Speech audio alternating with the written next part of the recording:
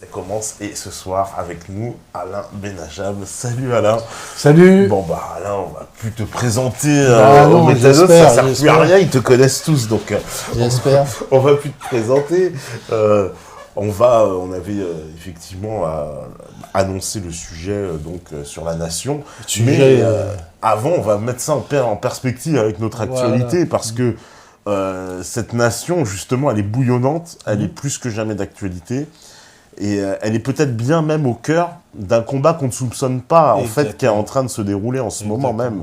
Et alors, vous avez tous, évidemment, vous nous demandez, tous les soirs, des nouvelles de ce mouvement, Nuit debout, on a beaucoup parlé. On va recevoir, en plus, des représentants de ce mouvement la semaine prochaine, donc ce sera l'occasion de poser toutes les questions. Et peut-être avec Sylvain Baron.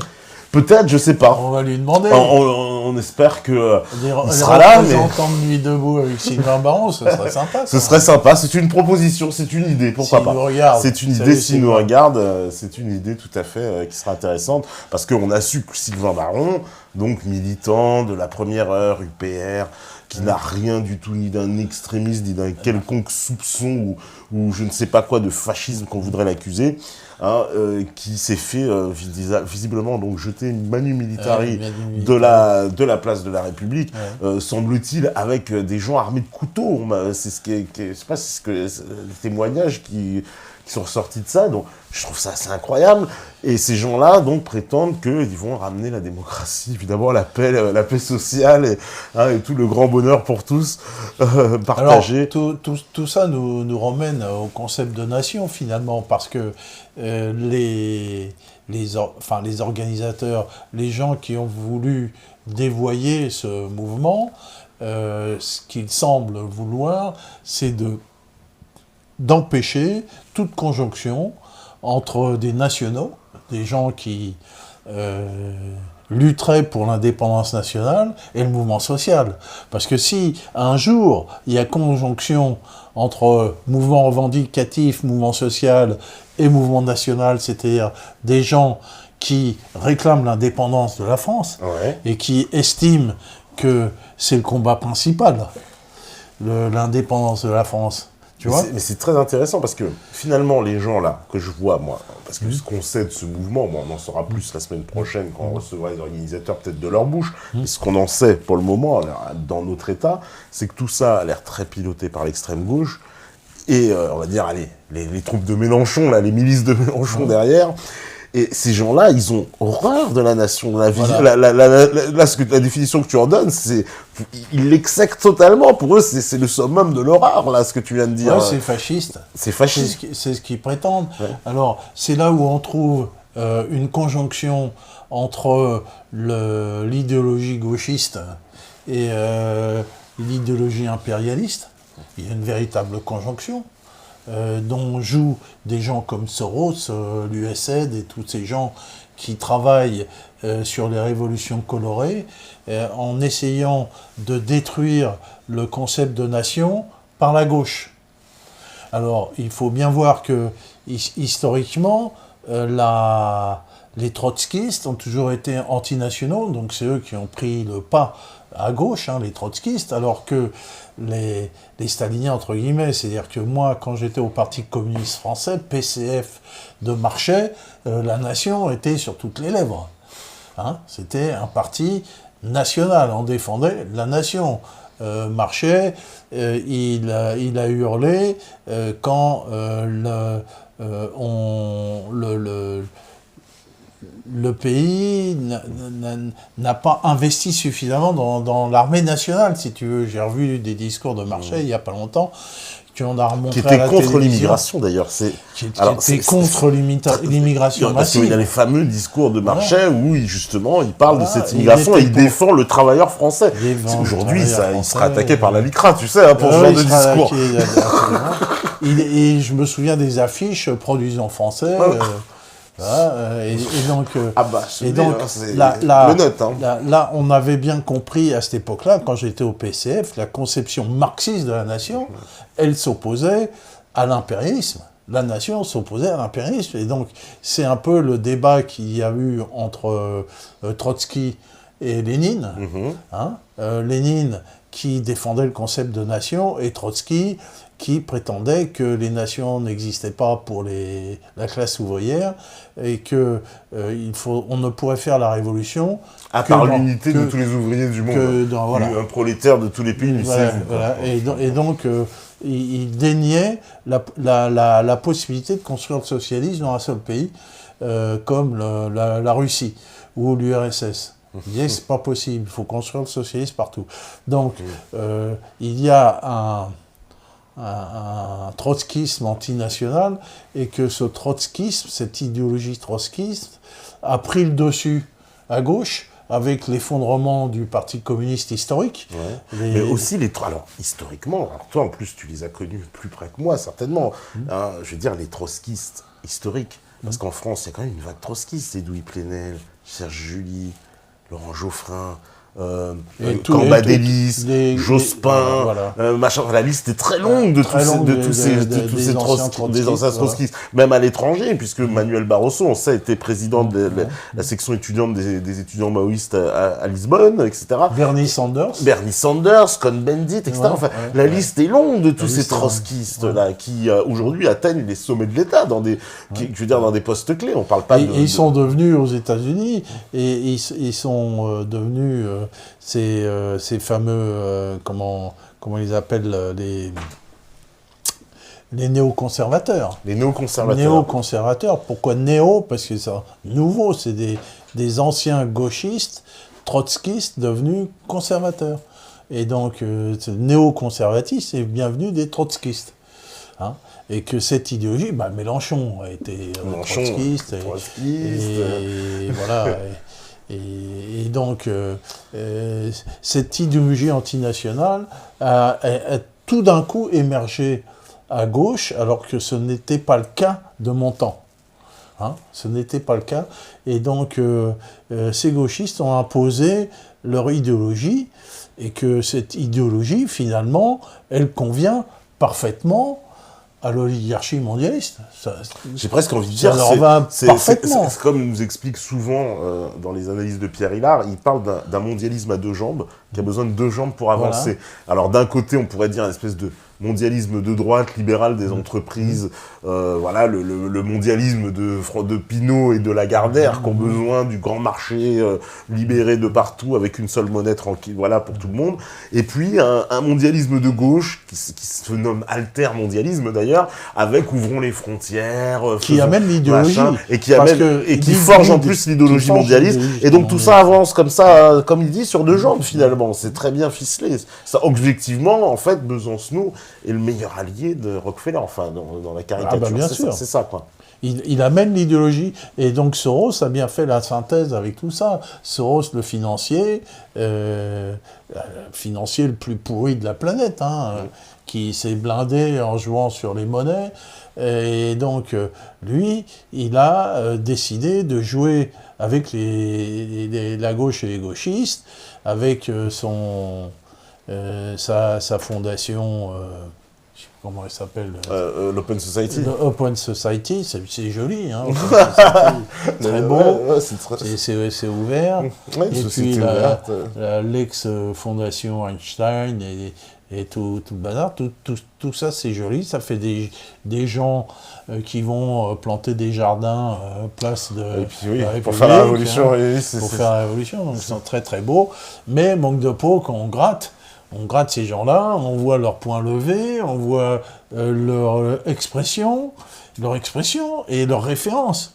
Parce qu'ils prennent nettement référence sur des mouvements dont on sait qu'ils ont été suscités par les États-Unis, comme le printemps arabe. Tout à fait. Donc ils prennent leurs références. Tout à fait, puisque eux-mêmes, dans leur définition, ce que souligne Thierry Messant dans un article, qui vient de paraître, vous pouvez le retrouver aussi sur le site de Méta TV, il explique clairement, il dit, ils se définissent eux-mêmes comme ce mouvement n'a pas commencé par nous, ne finira pas par nous. Voilà. Donc il dit, la première question qui vient, doit-il commencer alors si c'est pas en France, parce qu'avant on n'avait pas vu ça en France. Ah bon, maintenant... Alors, c'est un peu curieux qu'ils avouent ça, parce que... je je suis un peu étonné. Donc, peut-être qu'ils savent qu'on n'existe pas, qu'il n'y a pas Thierry Messant qui va gratter partout, qu'il n'y a pas nous, les complotistes, qui vont aller chercher la petite bête partout. Et ils vont les dénoncer tout de suite. Ils ont ce bon argument du complotiste. C'est-à-dire que quand bien même, je pense que tu irais expliquer aux gens que, bon, on a quand même sous les yeux, voilà, des éléments pour bien voir que tout ça n'est pas sorti, on va dire, des fagots. J'en parlais d'ailleurs, voilà, tout à l'heure encore avec Steph, où on se disait, attends, le truc à peine sorti, pareil, le premier jour, c'était 150, il y avait déjà tous les médias qui étaient là. Donc, comment ça, les médias, il y avait Le Monde, machin, Canal+, iTélé, il y avait 150 pelés, des manifestations à 150 pelés, on en a vu d'autres. Donc on a bien... Moi, ce qui m'a perturbé, si tu veux, dans cette opération, c'est de voir l'engouement médiatique à très haut niveau et tout de suite les gens qui s'accaparent, tu vois, tu vois, on en les parle, stands, les merguez, les stands, les merguez... Voilà, le shit, les jardins, les cours de tango. Oui, j'ai vu, il s'exprime plus avec les trucs comme ça. Vous êtes d'accord? Oui. On est d'accord. Oui, ça risque pas de très loin. Voilà. Et donc, la mésaventure, alors ce qu'a fait Sylvain Baron est extrêmement intéressant et on ne peut que le féliciter de son courage parce que il a démontré par A plus B que tout ça, c'était du bidon. Hein, parce que, bon, Sylvain Baron est un peu connu, mais c'est pas, bien sûr, pas une très très grande vedette non plus. Ben, il a suffi qu'il pointe son nez pour qu'il soit viré, puis il est retourné plusieurs fois. Tu comprends, hein? Et il a été viré plusieurs fois, Manu Militari, en dépit de ce que j'ai pu écrire sur Facebook en dénonçant ces gens-là. Hein, et en plus, cette dénonciation a fait quand même une traînée de poudre sur bien sûr. Hein, tout ça a repris. Il y a des gens qui défendaient. Moi, au début, je me suis fait un peu engueuler, hein, en dénigrant un peu le oui, parce que on t'a dit regarde pour une fois que ça bouge, etc. Au début tu sais pas trop, t'es en train de dénigrer, forcément, je comprends. Et puis j'ai ma grande copine Ariane Walter qui était tout à fait enthousiaste et tout. Alors je sais pas, elle m'a pas engueulé parce que on est bien potes. Mais à un moment donné, elle a dû se dire, tiens, ce mec-là qui déconne, mais hop, elle est quand même venue sur ma position, hein, et voilà, moi, quand j'ai commencé, le premier truc qui m'a... J'ai tiqué tout de suite quand Sylvain Baron a dit « Je me suis fait virer par les Antifa ». Alors j'ai dit yes, « Antifa, ça veut dire que c'est mort. C'est signé. » C'était signé, tamponné, terminé. Voilà. Mais pourquoi alors? Tiens, ça aussi, toi, tu pourrais nous éclairer un peu là-dessus. Pourquoi est-ce qu'en France, systématiquement, depuis maintenant, allez... On va dire, ça fait peut-être 20 ou 30 ans qu'on voit ça, c'est-à-dire dès qu'il y a un mouvement de contestation dans ce pays, il est immédiatement récupéré, phagocyté par les mouvements d'extrême gauche qui pilotent. Alors qu'ils ne sont pas, des fois, même quand ils ne sont pas l'origine d'un mouvement, parce qu'ils ne sont pas des fois forcément l'origine des mouvements. Alors, c'est une bonne question, je te remercie de me la poser, mais parce que c'est vraiment une excellente question, et c'est très très bien ici qu'on se pose cette question-là. C'est la question cruciale. Ma réponse, c'est justement l'oligarchie, le régime, on l'appelle le régime fantoche, et l'oligarchie, hein, leur terreur, c'est la conjonction justement entre le mouvement national et le mouvement revendicatif. C'est ça la terreur. Hein, voilà, c'est quand les deux auront une conjonction, ceux qui combattent la loi El Khomri et ceux qui sont pour la sortie de l'OTAN, de l'Union européenne et le retour au franc avec des drapeaux tricolores, quand il y aura conjonction entre les deux, et quand sur la place de la République, on pourra accueillir Asselineau, Chouard, il a été admis, le général Tauzin, par exemple. Chouard, on m'a dit qu'il voulait pas de lui, hein. Je sais pas s'il a été admis, Chouard. Hein. Bon j'ai lu un truc, on me disait que Chouard, il a été refusé. Même. Il a été refusé, Chouard. Il n'y a pas plus gentil que lui. Le fils d'Himmler, attends, quand même. Le fils d'Himmler, Chouard, c'est n'importe quoi. Mais même Tauzin, si tu veux, t'as Tauzin. Tauzin, ouais. Lui, c'est un militaire Les Antifas, par contre, ils vont peut-être pas gazer non plus avec Tauzin. La position de Tauzin, elle est pas mal. Tu sais, j'ai rencontré Tauzin il y a plusieurs années, au moment du Rwanda. Oui. Général qui dénonce d'ailleurs toute la manipulation des anglo-saxons sur le Rwanda. Non, il la dénonce après m'avoir rencontré. Avant m'avoir rencontré, alors explique-nous. Il ne savait pas que c'était la manip des anglo-saxons. D'accord. Ah ouais, d'accord. Ah bah non. D'accord. Ah bah non. D'accord. Ah non, c'est moi qui ai expliqué. Il est tombé de l'armoire. Lui, il se demandait, tiens, mais pourquoi on m'a... Même chez lui, sa propre fille lui a dit, mais papa, pourquoi t'es devenu nazi et pourquoi t'as fait un génocide? Tu vois, un peu, c'est dur, tu vois. Ouais.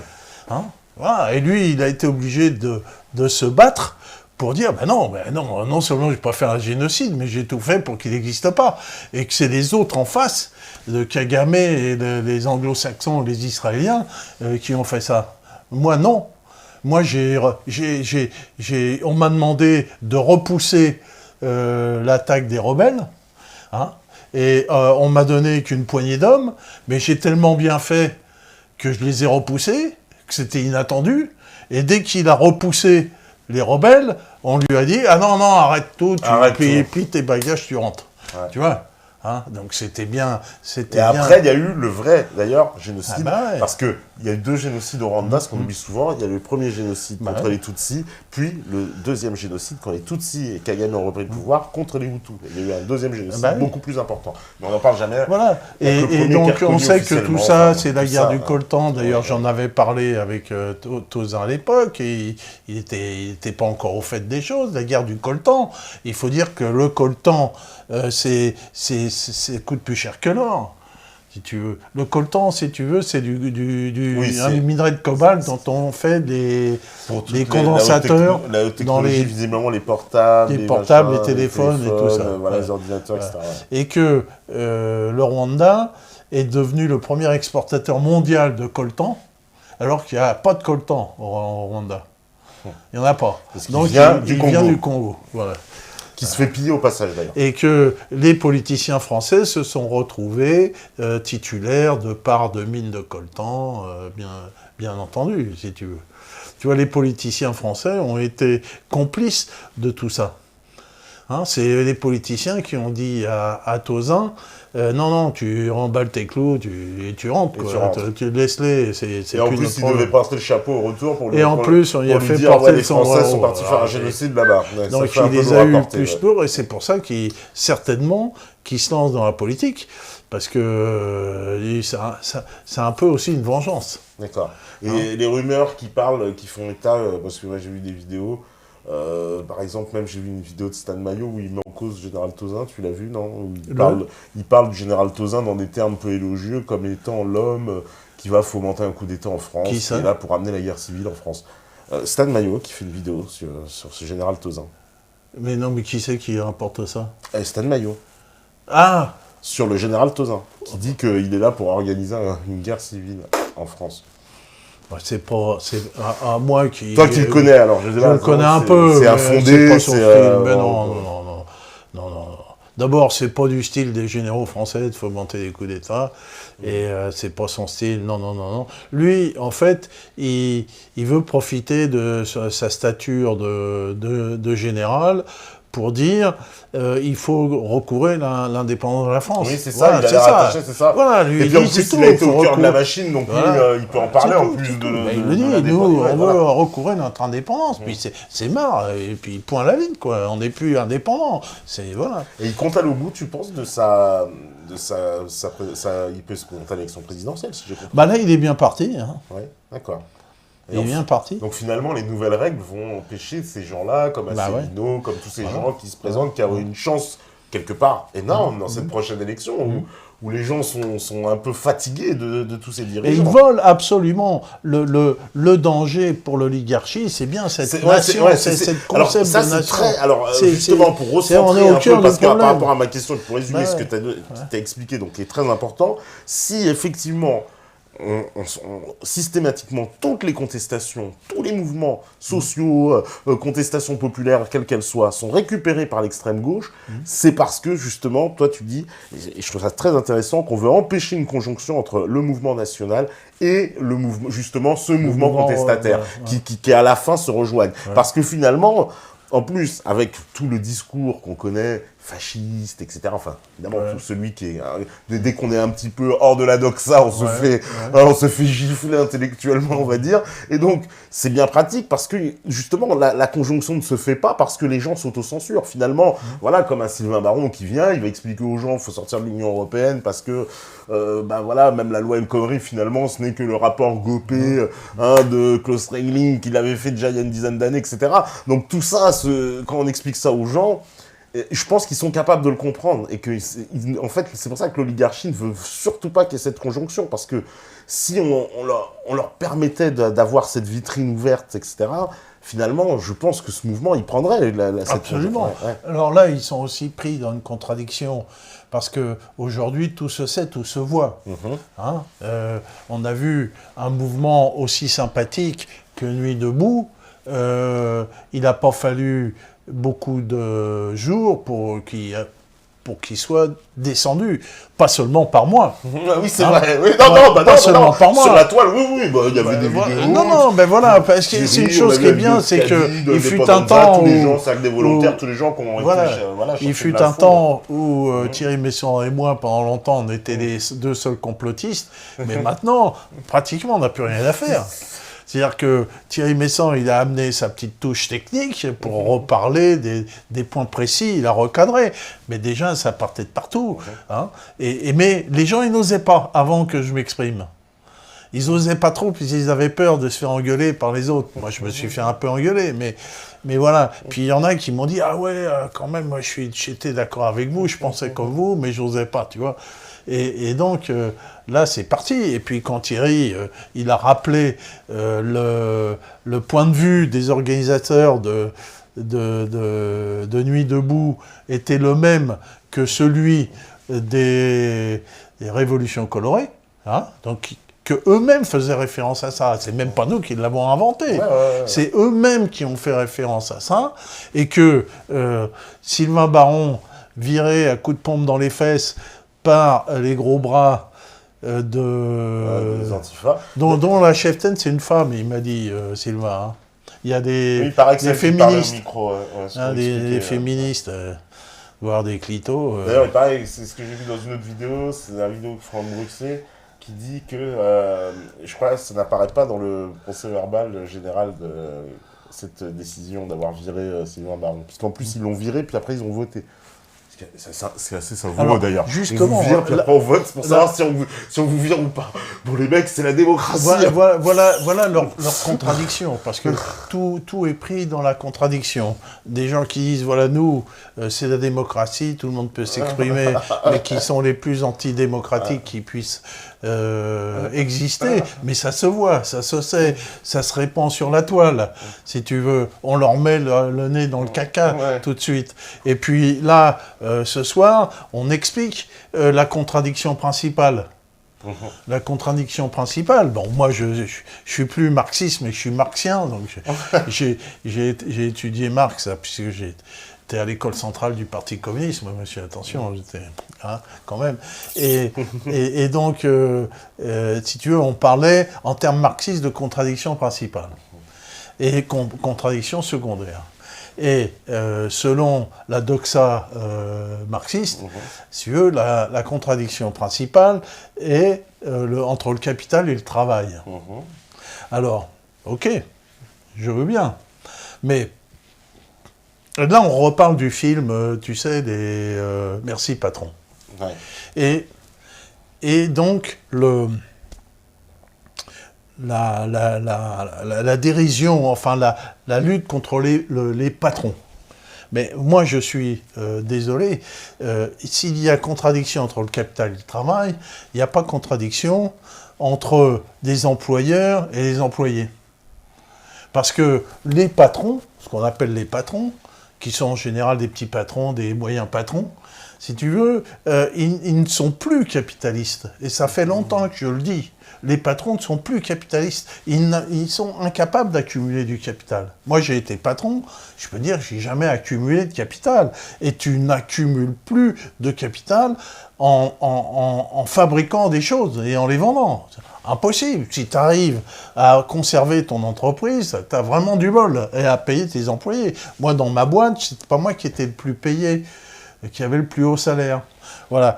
Donc quand on dit merci patron, là encore, par ce film, on botte en touche. Quand je vais dire ça, je vais me faire... D'ailleurs, je vais recevoir des claques. Mais ouais, moi, je suis désolé. Il ne pointe pas le véritable... Parce qu'en fait, lui... Jamais le gauchiste, il va taper toujours à côté. Ouais, il va ramener à côté. Il ramène, en fait, pour lui.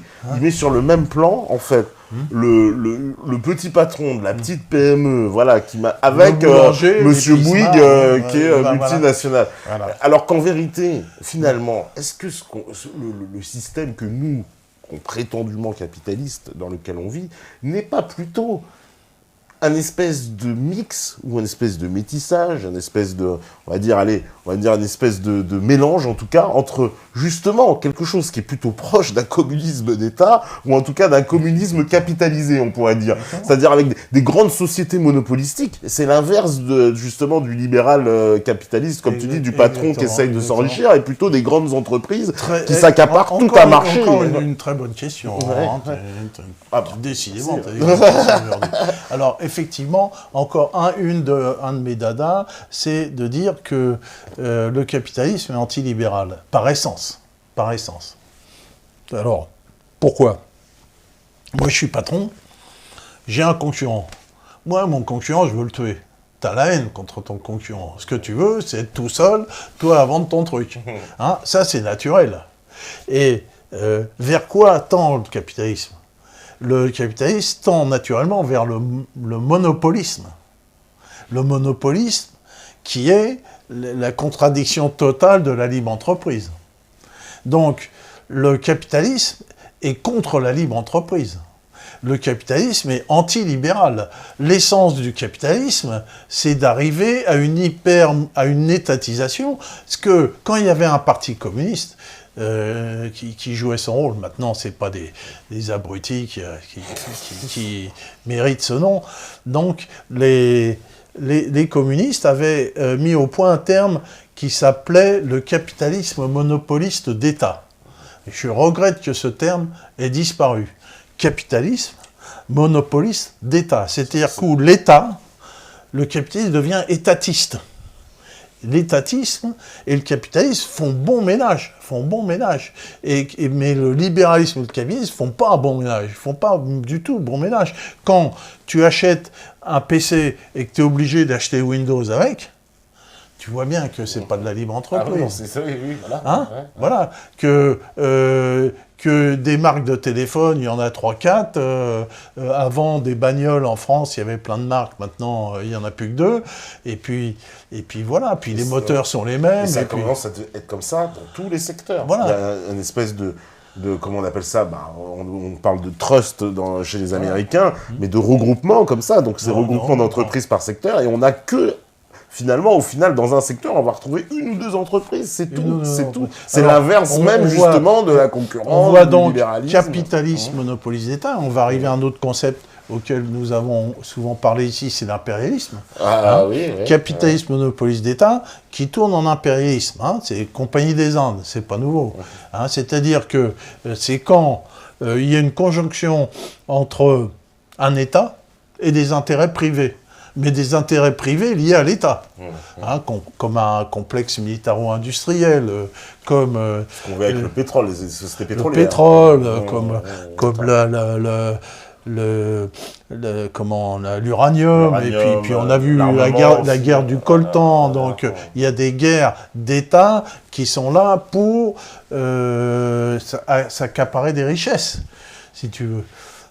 Donc on voit que ce capitalisme-là n'a rien à voir avec le petit patron, rien à voir avec la libre entreprise, rien à voir avec le libéralisme.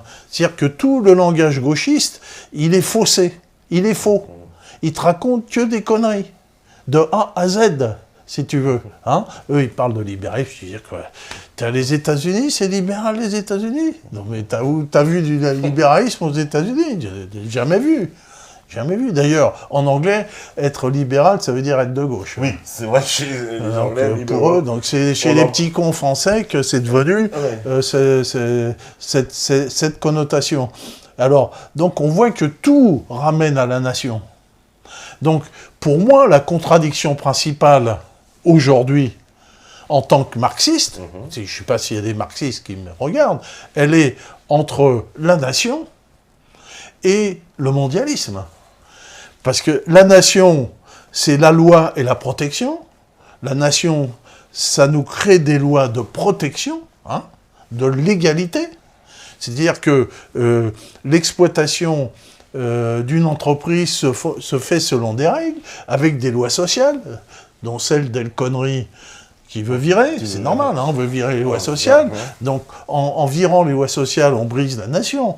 C'est nos lois sociales de notre nation, et pendant des années, ça a bien fonctionné comme ça. On a eu les 30 Glorieuses, moi je les ai connues, et que ça a bien fonctionné comme ça. Donc depuis qu'on a brisé notre nation, tout le monde peut voir que ça va mal. Par contre, du côté des capitalistes, ça va très très bien. Ils n'ont jamais fait autant de bénéfices. Ben voilà. Donc la contradiction principale, c'est bien entre la nation et le mondialisme antinational. Et donc, les gauchistes sont bien nos ennemis. Je suis désolé. Ce sont bien eux, ils sont du côté de l'ennemi. L'ennemi, c'est pas la droite, c'est pas la gauche. Il y a ceux qui sont pour la nation, ceux qui sont pour la nation sont pour la régulation anticapitaliste, hein, contre le mondialisme, contre la finance internationale, contre la dette. Ça, ce sont les nationaux. Hein. Et les autres, ils disent merci patron, ils font des marionnettes, ils tapent à côté, et voilà. Et parce que là, j'ai le droit d'être sévère ce soir. Mais comment il y a eu... pas de souci. Justement, comment il y a eu ce basculement, à un moment donné, de cette gauche qui... Parce que si je reprends l'historique, en gros, le Parti communiste, il participe au CNR, activement à la résistance, à la libération de la France dans la Seconde Guerre mondiale. À partir de là, effectivement, comme tu nous dis, ce Parti communiste, structurellement, il se bat pour la nation. Moi, je me rappelle aussi d'affiches du Parti communiste des années 50, où on voit une pieuvre sur la France, et non à l'américanisation de la France, etc. Voilà. Donc, chose qu'aujourd'hui, on n'y penserait même pas. Mais, voilà. Donc ça, c'est le Parti communiste des années 50. On voit que ça perdure jusqu'à quasiment Georges Marchais, donc les débuts des années 90, et tout ça s'effondre complètement. Alors, moi, je peux expliquer ça, parce que vous avez la chance, chers auditeurs, que moi, j'ai vécu ça en temps réel. Bah justement, c'est pour ça. Et j'ai vécu ça dans une position... de direction moyenne du parti, puisque j'étais secrétaire de section, secrétaire d'arrondissement dans le 10e, hein, donc je participais aux conférences fédérales, et donc j'ai vécu ça. Alors, comment s'est fait ce basculement? Ce basculement s'est fait suite au programme commun. Le fameux Mitterrand. Donc, voilà, programme commun, c'est en 1972, voilà. Il y a signature du programme commun, et donc auparavant, le Parti communiste a développé toute une idéologie à la con qui s'appelait, si je me souviens bien, s'il y a des anciens communistes, hein, donc je parle sous leur contrôle, la démocratie avancée ouvrant la voie au socialisme. C'est-à-dire que le Parti communiste jette complètement son idéologie de la dictature du prolétariat et de la révolution, hein, complètement. Donc on ne parle plus de ça, et on se dit que l'on va réformer la société, donc il ne s'agit plus de révolution, réformer la société avec nos amis socialistes. Parce qu'il y avait encore dans l'idée des communistes que les socialistes, ils avaient encore dans l'idée le congrès de Tours, tu sais, de 1920, où la création du Parti socialiste, pas création du Parti socialiste, mais du Parti communiste, qui sort du Parti socialiste. Donc d'un côté, il y a il y a toujours la SFIO, section française de l'Internationale ouvrière, la deuxième internationale, et de l'autre côté, Parti communiste SFIC, section française de l'Internationale communiste, créée par Lénine, hein, le Comintern, et donc l'adhésion au mode léniniste d'un parti révolutionnaire. Donc, il y avait toujours cette idée qu'on va refaire l'union de la classe ouvrière et relier le Parti socialiste et le Parti communiste, et dans l'idée des communistes de l'époque, le Parti socialiste ne représentait plus rien au niveau électoral. Si tu veux, Duclos, en 69, avait fait 21% d'élections, et les SOS, ils avaient fait 5%. Hein. Donc on s'est dit, tiens, on va prendre le dessus sur le Parti socialiste. Alors donc c'est créé, avec cette union de la gauche, finalement, une dilution des idées du Parti communiste dans le Parti socialiste. C'est bien le Parti socialiste qui a pris le dessus. Et il a pris le dessus, comment ? Parce que des gens qui adhéraient au Parti communiste après 1972 adhéraient dans un parti de gauche. Non plus, c'était la gauche. On parlait plus de Parti communiste après 72. On parlait de la gauche. Et tandis qu'avant 72, si tu veux, il y avait ceux qui adhéraient au Parti communiste, ceux qui adhéraient au Parti socialiste, c'était complètement différent. C'est pour ça qu'on ne pouvait pas dire la gauche, parce qu'on était obligé de les différencier. Voilà, il y avait la gauche communiste, on disait la gauche communiste. Ah, on disait la gauche communiste, Pierre, voilà, d'accord. La gauche communiste et la gauche non communiste. C'était la phraséologie de l'époque. Et après, on partait de la gauche. Mais donc, les gens, la gauche, c'était la gauche, donc finalement la gauche. Et petit à petit, si tu veux, le prolétariat au sein du Parti communiste a fondu, beaucoup sont partis, les gens, les adhérents du Parti communiste ont été différents, des enseignants, des gens de gauche, des gens de la petite bourgeoisie, si tu veux. Le prolétariat a fondu complètement, en même temps que les effectifs du parti. Si tu veux, les prolétaires, ils étaient plus chez eux, quoi, au Parti communiste. D'accord, tu vois, hein. Et donc, le Parti communiste, petit à petit, en fondant, il a perdu sa substance physique moelle prolétarienne. Est-ce qu'il n'y a pas aussi, juste pour compléter ce que tu dis, oui. On va dire que la situation aussi, on va dire la transformation économique de la France fait que cette classe ouvrière aussi elle disparaît du paysage, on en voit de tertiarisation, etc. Alors, la classe ouvrière n'a pas réellement disparu, oui, voilà, mais elle est devenue immigrée. Voilà, d'accord. Elle est devenue immigrée. Hein. C'est-à-dire, la classe ouvrière n'est plus française, le prolétariat est immigré, et l'immigré qui vit en France, il n'en a rien à foutre de la Révolution, lui, il fait profil bas, il n'en a rien à foutre, ce qu'il veut, c'est bouffer et envoyer du pognon à sa famille. Donc lui, pas de syndicat, rien, profil bas. Hein. Moi, j'ai vu des boîtes où il y avait que des Noirs.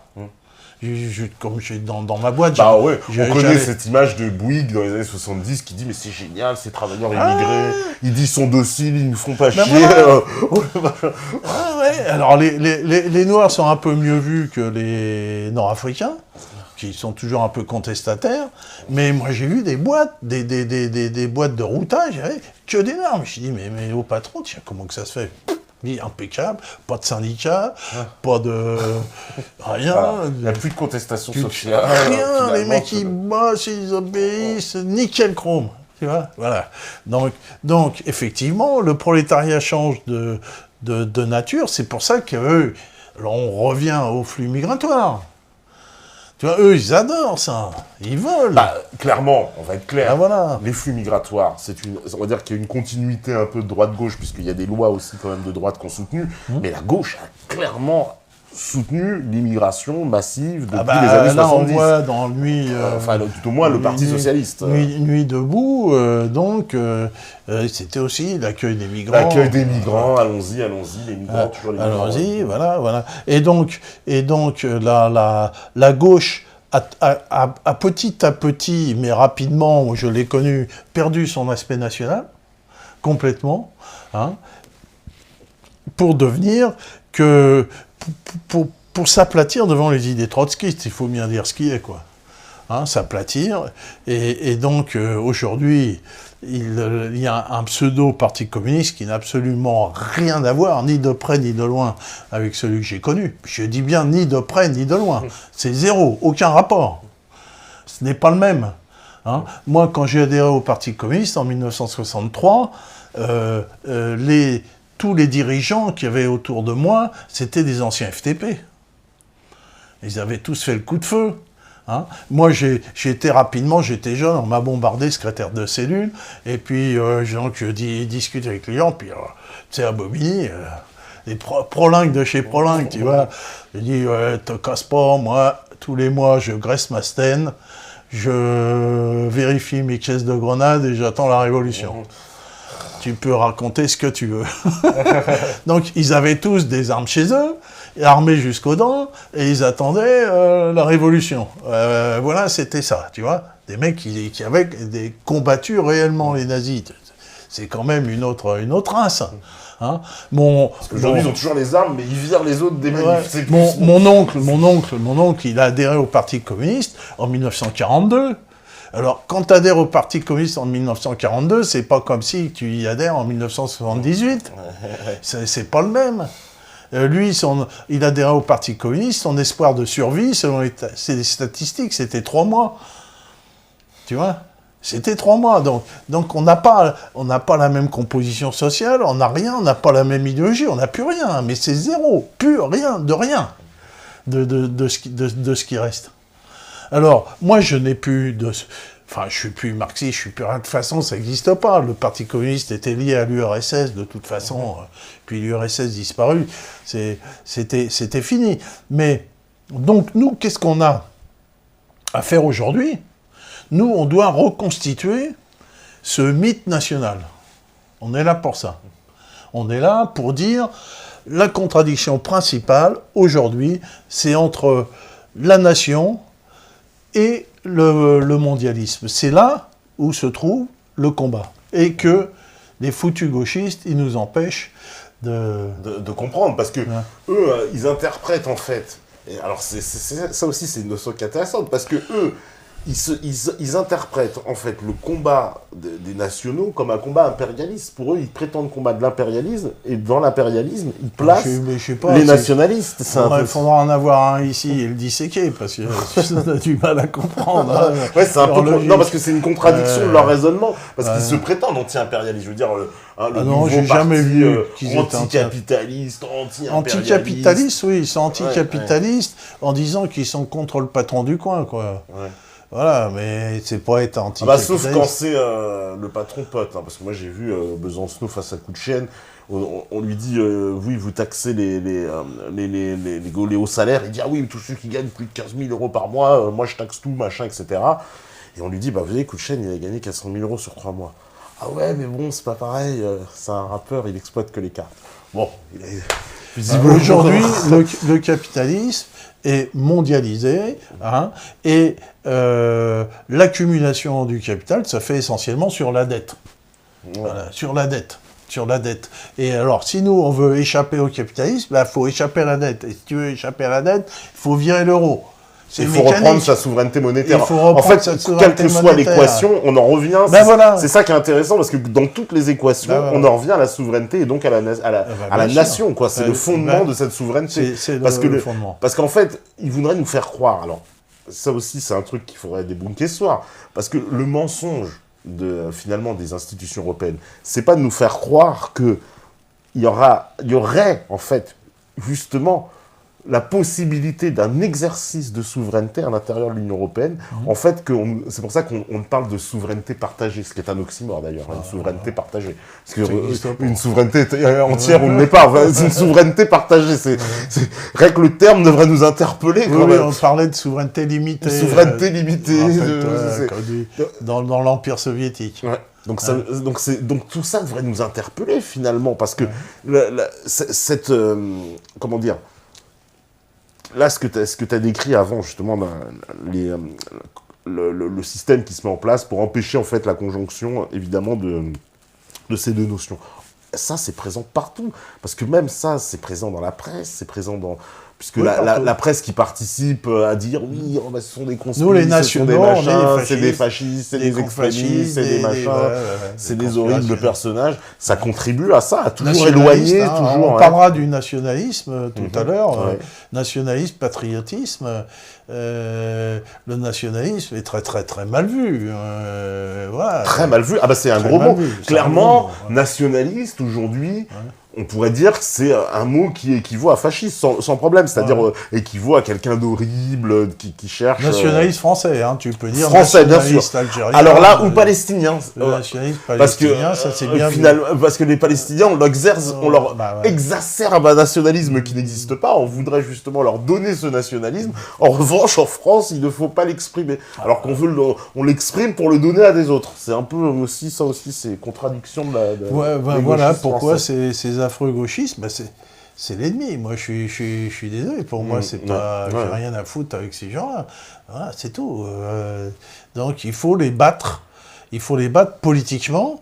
Et les battre politiquement, c'est au travers de notre expression, c'est les dénoncer. Alors dénoncer ces putains d'antifa, ça, voilà. On va s'y attacher avec Thierry Messant, on va aller gratter, on va aller voir, on va remonter jusqu'à Soros. Ouais, bien sûr. Hein, déjà, il y a Soros à l'époque, ça fait plusieurs années, tu connais l'article d'Asselineau sur sur Ornella Guillet, qui avait démontré parfaitement les liaisons qui existent entre les groupes, on va dire, puisque cette dame est invitée à l'ambassade américaine par des hauts responsables, voilà, les accointances, en fait, à ce niveau-là, entre, vous voyez, ces prétendus antifa anticapitalistes, et tout d'un coup, j'ai envie de dire, les papes mondiaux, les représentants du capitalisme mondial. C'est quand même extraordinaire, quoi.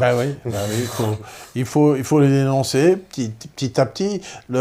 Ce travail idéologique que nous faisons, maintenant, on a la chance d'avoir Internet et Facebook, et que d'avoir une expression complètement multiple et horizontale, et que, évidemment, on peut toujours considérer que le verre est à moitié plein ou à moitié vide, selon que tu sois pessimiste ou optimiste. Mais moi qui suis vieux, je considère le verre à moitié plein, parce que je compare avec le passé. Alors, c'est vrai que quand il y avait un parti communiste, il y avait une conscience, parce qu'on parlait de conscience de classe. Conscience de classe, c'est-à-dire un ouvrier, il avait une conscience de classe, il savait de quel côté il était. Quand on faisait une manifestation contre l'impérialisme et pour la paix au Vietnam, les ouvriers descendaient.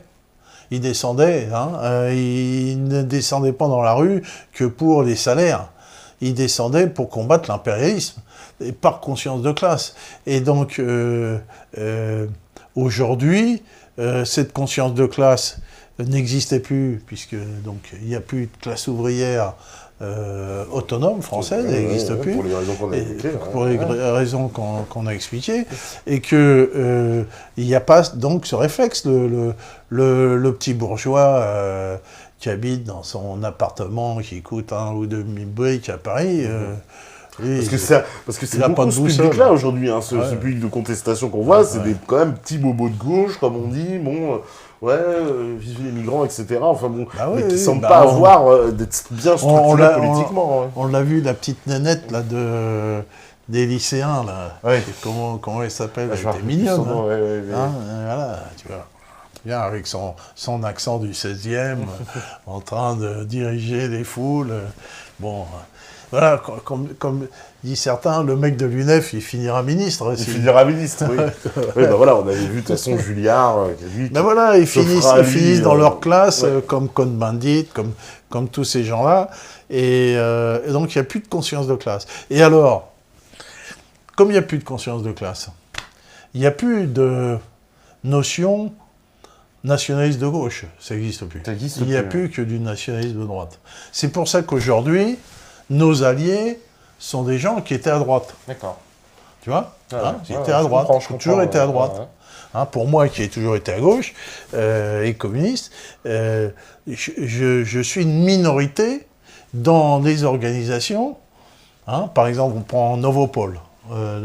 l'organisation Novopol, qui a, on en a souvent parlé ici, une organisation de solidarité envers les peuples du Donbass. Les peuples du Donbass, voilà. Hein, les peuples du Donbass. Quand tu vois au Donbass, tu vois les mecs avec les drapeaux rouges, les fusils et le marteau, vive l'URSS, etc. Bon.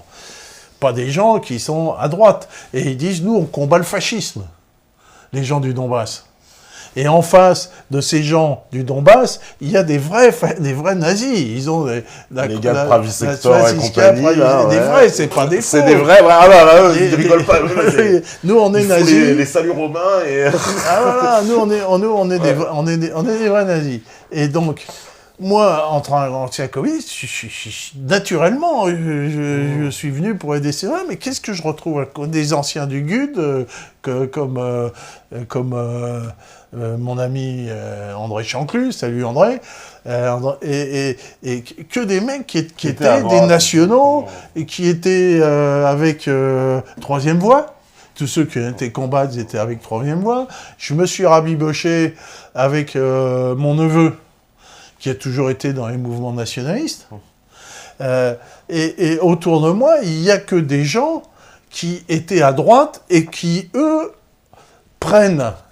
ont toujours été des nationaux, qui ont toujours défendu la nation, si tu veux, mais côté droite. Moi, je la défendais côté gauche. Mais moi, je suis vieux, et je la défends côté gauche parce que je suis vieux, parce que des mecs mes camarades, ils n'existent plus, quoi, ou ils sont morts, ou ils ont été dilués. Donc il y a cette conjonction, d'ailleurs c'est une conjonction que certains appellent le national-bolchevisme, c'est marrant, mais bon, il s'est fait cette conjonction, et pourquoi moi, donc, mes meilleurs amis politiques, c'est des gens qui se situent à droite, et bon, souvent ça aide pas, parce qu'on me dit, bah tu vois que t'es fasciste. Oui. Ah bah oui, mais j'ai dit, mais qu'est-ce que tu veux, c'est comme ça. Hein, voilà la problématique qui se pose au niveau de la nation. Alors justement, on va parler de la nation peut-être après la pause. Oui, bien sûr. Hein, là, on parlera de l'histoire de la nation, parce que le mot nation est un mot qui recoupe des réalités différentes. Hein. On va dire qu'il y a plusieurs conceptions de la nation. En gros, il y en a deux grandes dans le monde. Hein. Il y a celle de l'idéologie allemande et celle de l'idéologie française. D'accord. Voilà. Et là, on parlera de ces deux conceptions de la nation, selon l'idéologie allemande et selon l'idéologie française. Et on parlera aussi comment est venu le sentiment d'appartenance à la France. Comment est venu aux Français le fait qu'ils se sentaient français. Et c'est assez récent, puisque ça date de la guerre de 100 ans. Avant... on savait pas trop. On savait pas trop, ça dépendait de son seigneur, et comme son seigneur, il changeait, il retournait son armure assez souvent. Et donc, parce qu'il était obligé. Et donc, ceux qui étaient dans la dépendance du Seigneur, ils changeaient aussi. Ils étaient un coup anglais, un coup français, un coup ils étaient français, un coup sous le Saint-Empire, enfin, tu vois, tout. On savait pas trop encore, c'était pas trop défini. Voilà. Et donc, il y a un moment où les gens se sont sentis français. Et puis, aussi, dans l'histoire de France d'aujourd'hui, il faut dire que le territoire français que nous avons aujourd'hui a été extrêmement mouvant, et qu'on a accueilli des nations différentes, et on accueille d'autres nations. Hein, on accueille une nation. C'est très intéressant. On en parlera aussi en deuxième partie, justement, quand on parlera des nations. Voilà, on me dit je suis né en Alsace, on va voir tous les régionalistes qui vont se manifester. Il est né en Alsace, mais il est français. Mais oui, ils sont français, mais moi, en plus, j'étais en Alsace, il y en a plein qui parlent alsacien là-bas, ils parlent tous français. Bon, ça va leur plaire, je l'ai fait exprès. Par contre, ils font de la très bonne choucroute. Alors, on va, pour faire la pause, je crois que la régie, elle est prête. La régie, elle est prête, c'est magnifique. On fait la pause et on revient juste après. Vous êtes bien sur Beta TV, c'est bien la saison 3. Restez connectés, à tout de suite.